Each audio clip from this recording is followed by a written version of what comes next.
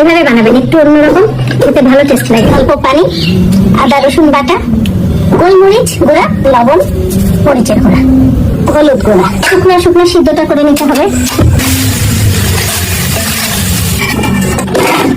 ঝুরা ঝুরা হবে। আটা ময়দা চা খুশি নিতে পারেন, সাথে দিয়ে দেবেন লবণ, একটু সয়াবিন তেল, কুসুম গরম পানি।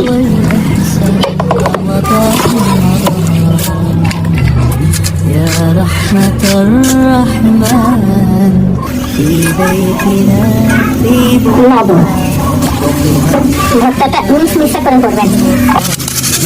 চিলি ফ্লেক্স, চিকেন ভর্তা একবারে পুরোপুরি রেডি। স্লাইস চিজ, তারপরে ভালো করে